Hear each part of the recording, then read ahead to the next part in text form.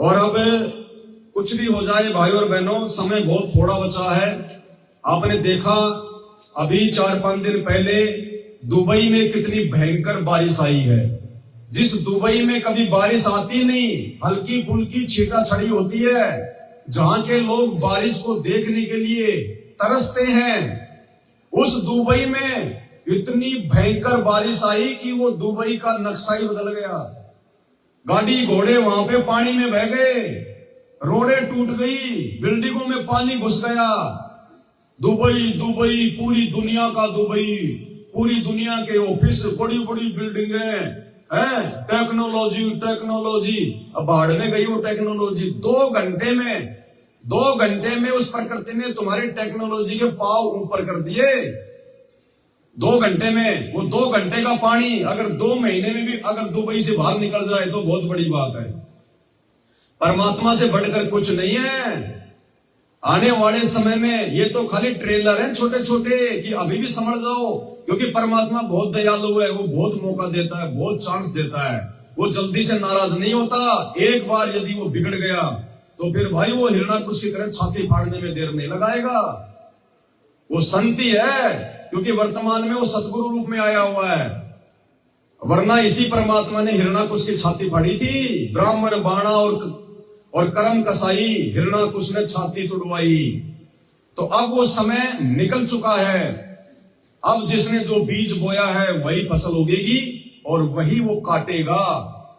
तो आने वाले समय में अब कोई ढील नहीं होगी किसी भी प्रकार की। फिर भी परमात्मा इन छोटी छोटी घटनाओं के माध्यम से लोगों को ये जो है दिखा रहा है कि सुधर जाओ, समझ जाओ।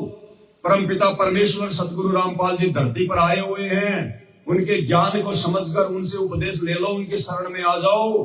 वरना आज तो दुबई के पैर ऊपर हुए, कल को पूरी दुनिया के पैर ऊपर होंगे। पहले हम लोग छोटे छोटे थे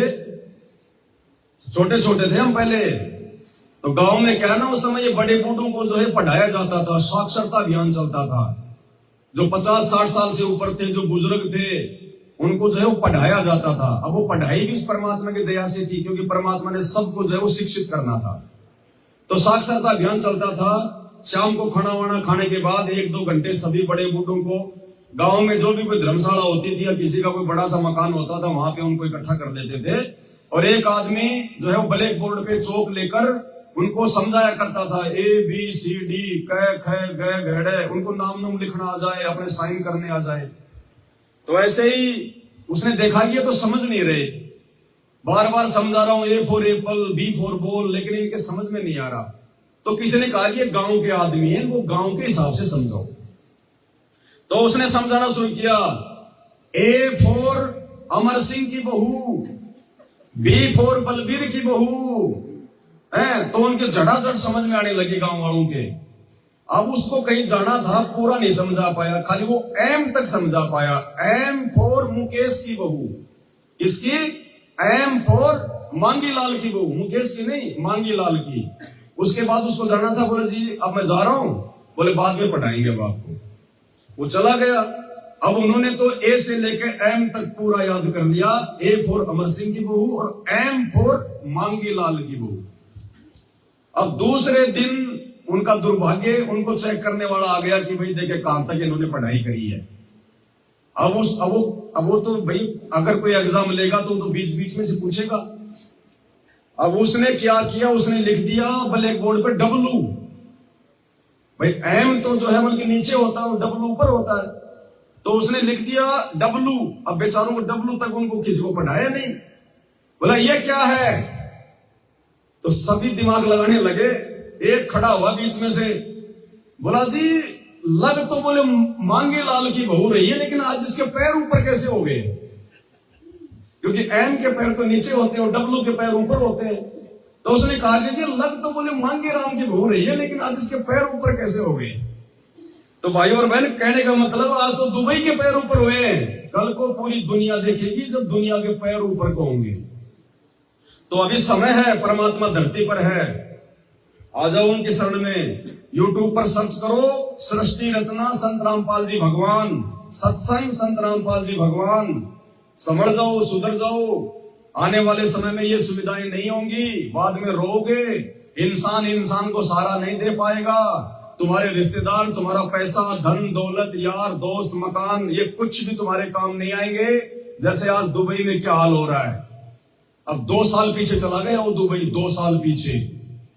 टेक्नोलॉजी टेक्नोलॉजी, विज्ञान विज्ञान, अब निकाल दो ना विज्ञान पानी देके 2 दिन में, उसने तो 2 घंटे में तुम्हारी पूरी दुबई को डुबो दिया है। तुम्हारी लाखों करोड़ों की गाड़ियां माचिस की डिब्बियों की तरह समुद्र में बह गई। ये होता है प्रकृति का खेल, भगवान से बढ़कर कोई नहीं है। ये छोटी छोटी बिल्डिंगें बना ली, कोई 800 मीटर की, कोई 400 मीटर की, बुर्ज खलीफा, दुनिया की सबसे ऊंची बिल्डिंग। अभी तुम खाली नकली विज्ञान के पीछे घूम रहे हो। अरे रावण है, त्रेता युग में रावण है, उसकी बिल्डिंग, उसका महल 48 किलोमीटर ऊंचा था, 48 किलोमीटर ऊंचा। तुम्हें सपन में भी विश्वास नहीं हो सकता।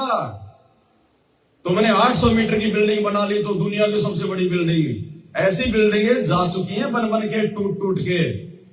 संत रामपाल जी के शरण में आओ, तब समझ में आएंगी ये बातें। तो कहने का मतलब है, अब हमने परमात्मा को दुखी नहीं करना है, परमात्मा को नाराज नहीं करना है। दुनिया नासमझ है, बेखबर है, उनको बाखबर की समझ नहीं है। दुनिया तत्व ज्ञानहीन है, उनको तत्वदर्शी संत की समझ नहीं है।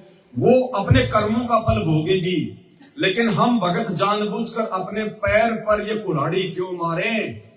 हमें तो भगवान मिल गया, समझ आ गई, जानकारी मिल गई, पहचान हो गई, सही भक्ति मिल गई, इसलिए अब हमने बिल्कुल भी गफलत नहीं करनी है। तो एक बार हम सभी भगत भाई बहन रिपीट करेंगे कि सतगुरु रामपाल जी भगवान के मुख्य मुख्य नियम क्या है, जिनको हमने आजीवन अंतिम श्वास तक फॉलो करना है। और इनको फॉलो किए बिना यदि हम अपने घर परिवार रिश्तेदार समाज को ही प्रसन्न करने में लगे रहे और यदि ये परमात्मा रूठ गया, तो भाई इस काल नगर में, इस काल लोक में समय आने पर, मुसीबतें आने पर हमारा कोई भी सहायक नहीं होगा। अरे वर्तमान में सहायक नहीं है कोई, आने वाले समय में तो सहायता कौन करेगा भगवान के अलावा। और भगवान कोई बेटा बेटी देख के, रिश्तेदार देख के सहायता नहीं करता। भगवान तो भक्ति देखेगा, मर्यादा देखेगा।